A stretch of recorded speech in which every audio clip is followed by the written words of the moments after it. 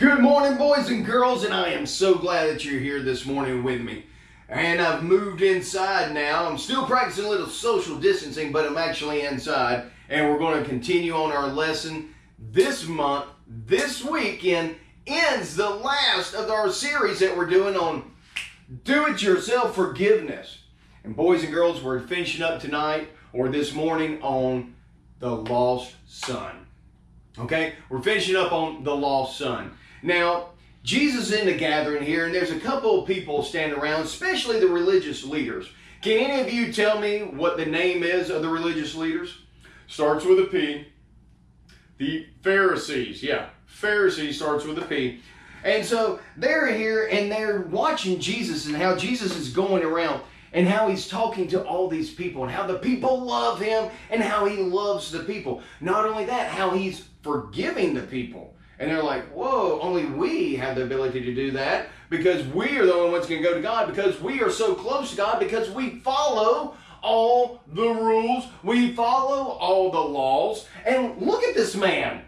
This Jesus is out here. He's messing around, walking around with sinners. He's out talking to all these people to do things that break the law. This man can't do what he's saying he's doing. He can't do what we do. It's not fair. So Jesus tells a parable. Now, a parable is a story that illustrates a lesson. Okay? And so Jesus says, I got an idea. I'm going to explain to these people, because he knew their heart. Boys and girls, he could see them and he knew their heart. So he said, I got a lesson I want to explain to you. So this is where I'm going to bring you up to speed from last week up to this point, okay?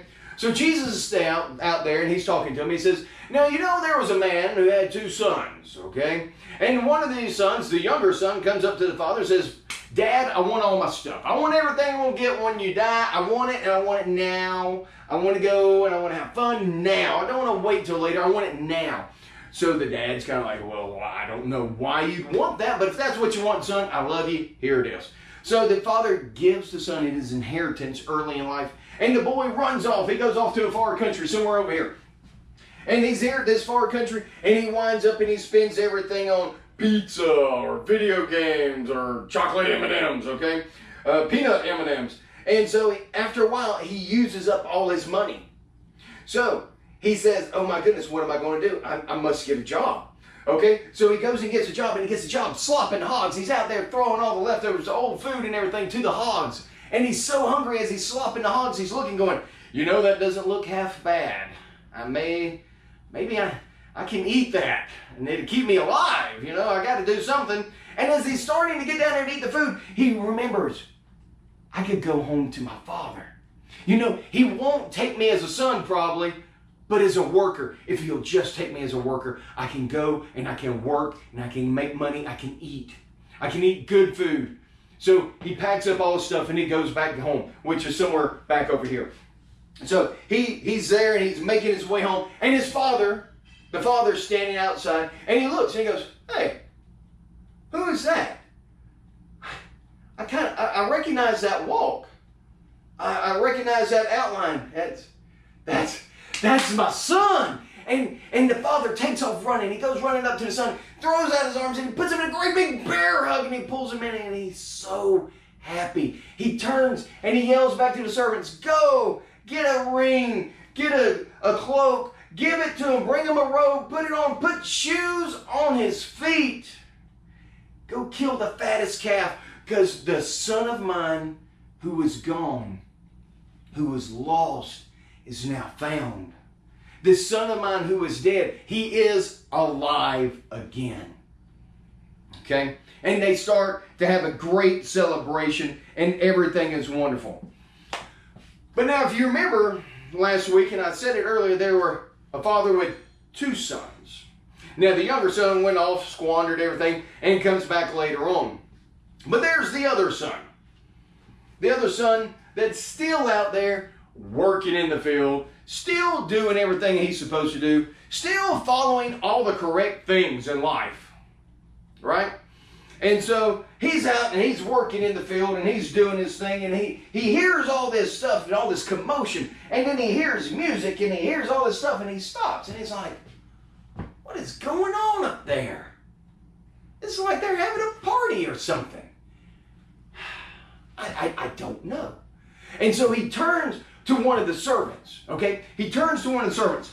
And as a matter of fact, in Luke chapter 15, and it's down in verse 26. Luke 15 and verse 26, it says, so he summoned one of the servants, questioning what these things meant. And he said, your brother is here, he told him, and your father has slaughtered the fatted calf because he is back safe and sound. He is back safe and sound. So, at this point, the older brother is out there and he finds out what's going on. Now, do you think the older brother was happy about what's going on? No, he was not happy at all. Okay? Because he's like, well, the boy's gone. He's off doing his own thing. So be it. Whatever happens to him, happens to him. And all of a sudden he comes back. And what is his father doing? Throwing a huge party. This is not the way it's supposed to be. He's thinking in his head, oh my goodness, he's celebrating the fact that he's done all this? What is my dad thinking? Okay, so at this point, he goes up and he does all this. Now, the older brother is furious. And he wants nothing to do with him. Matter of fact, listen to this. In verse 28, he says, then he, the older brother, became angry and did not want to go in. So the father, oh, pay attention. So his father came out and pleaded with him. The dad comes out. The older brother is mad at this point. He wants nothing to do with this because he has done everything correctly, done everything like it's supposed to be, and now his dad's over here acting all crazy because the boy comes home. And then he won't even go in the house. He won't go to the party. He won't do any of that. So the dad comes out to him and says, son, please come in and join us. Come in and let's celebrate the fact that your brother is back. Your brother is alive. Your brother is home. But the older brother wants nothing to do with it. Absolutely nothing. He's furious. He is furious. And pay attention. But he replied, in verse 29, it says, but he replied to his father, he says, look, I have been slaving many years for you, and I have never disobeyed your orders. Yet you never gave me a goat so that I could celebrate with my friends. I've done everything you've asked. I've worked for you. I've done all of it. And matter of fact, you wouldn't even give me a little goat to go out and cook and have with my friends so we could have a party. Verse 30 says, but when this son of yours came, who had devoured your assets with prostitutes, you slaughtered the fatted calf for him. Okay?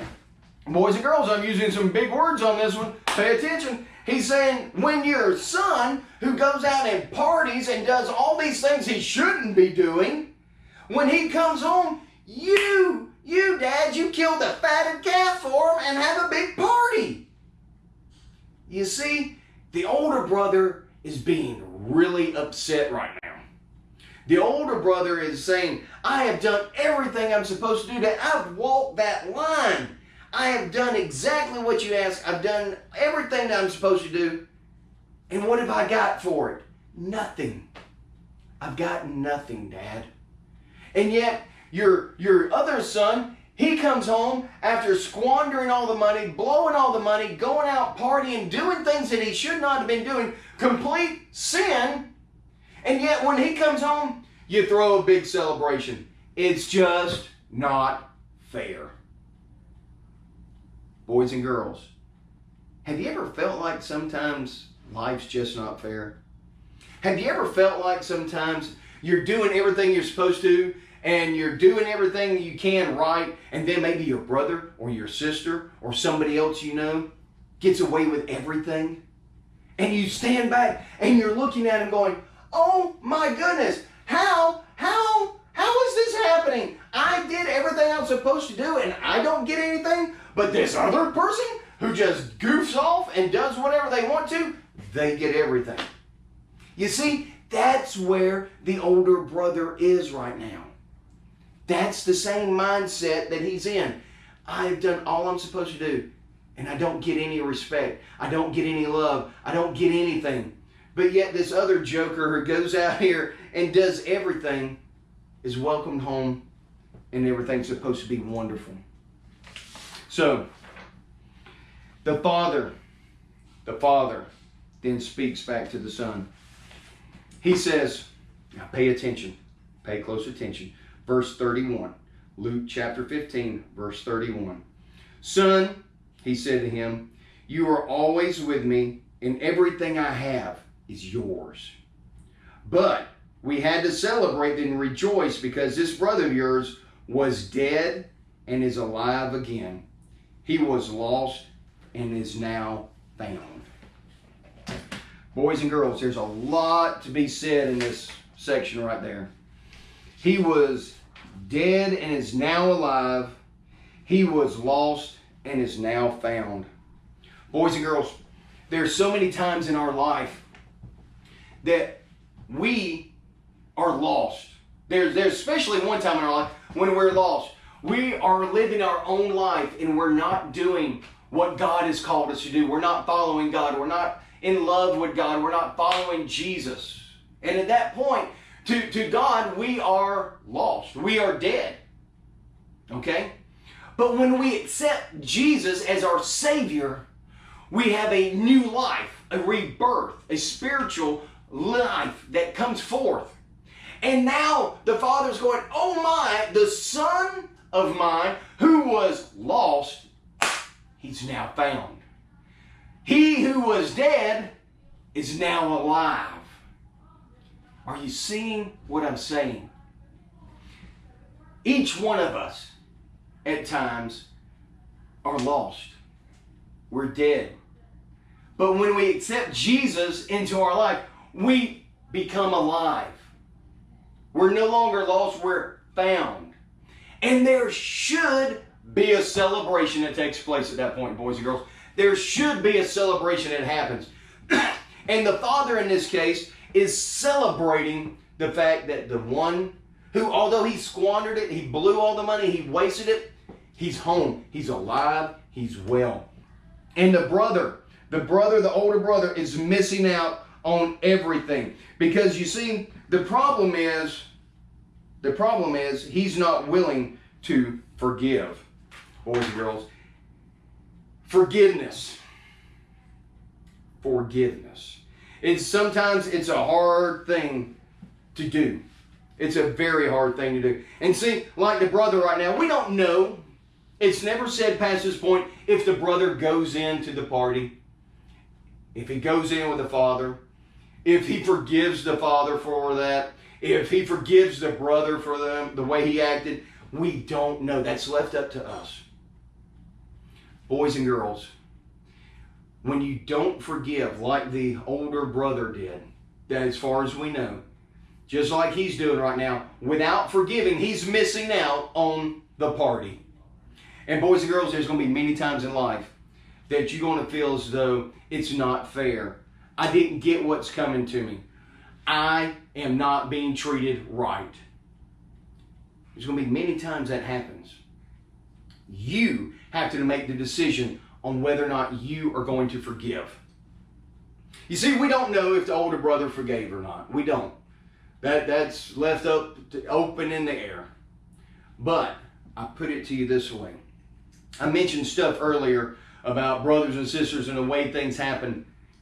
That's going to be part of life. Even adults go through this stuff, okay? There's things that happen and adults get upset and they get angry over.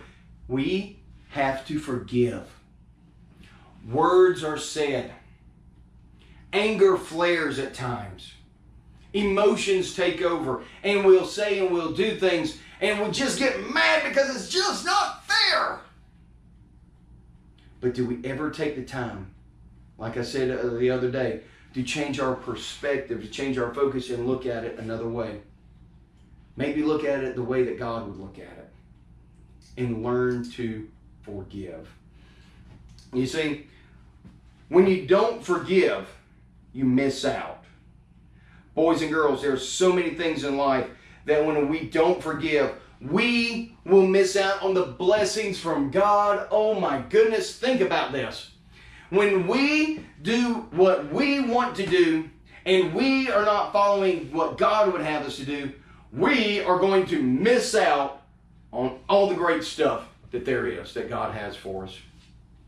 Boys and girls, the end of this story is this.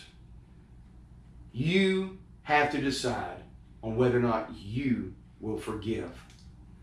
I am so thankful. You just don't get it. You don't understand because you're not this old yet. Don't worry, there'll be a day you are, that you will be able to say, God, I thank you for the forgiveness that you give me each day. I thank you for the fact that you've forgiven me of the things I've done in my past, the words I've said, the things I've thought, the actions I've done. You know, that sin, anything you think, say, or do that goes against God's word. I'm so thankful you've forgiven me for that.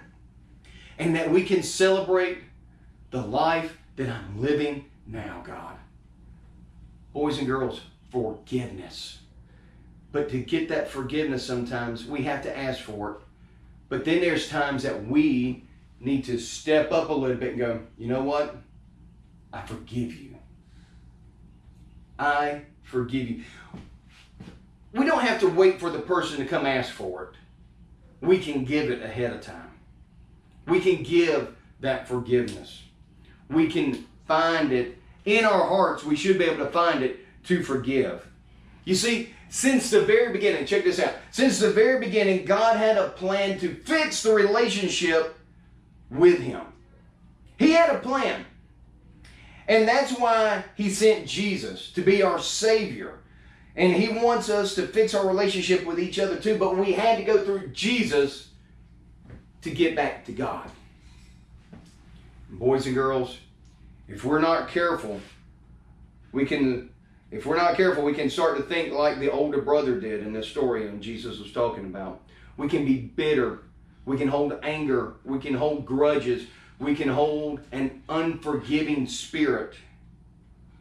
And that's not what God wants in us. You see, it all comes down to we have to forgive. We need to forgive. We need to show love. And we need to be a little bit more Christ-like. A little bit more like Jesus. Love everybody. Treat them fairly. But most of all, forgive when there's been something done wrong. You get where I'm coming from? I hope you are. Let's pray. Heavenly Father, I thank you for this day, and I thank you for your blessings, God, and I thank you so much for your forgiveness. I thank you for the story that we have here that Jesus spoke about the lost son and the younger son who went out and did all this stuff, but yet he was welcomed home by the Father. And God, I'm so thankful that when I started to follow Jesus Christ, that I was welcomed home by my Father. Lord, in the story, the second part of the older son, that we have to sometimes forgive others.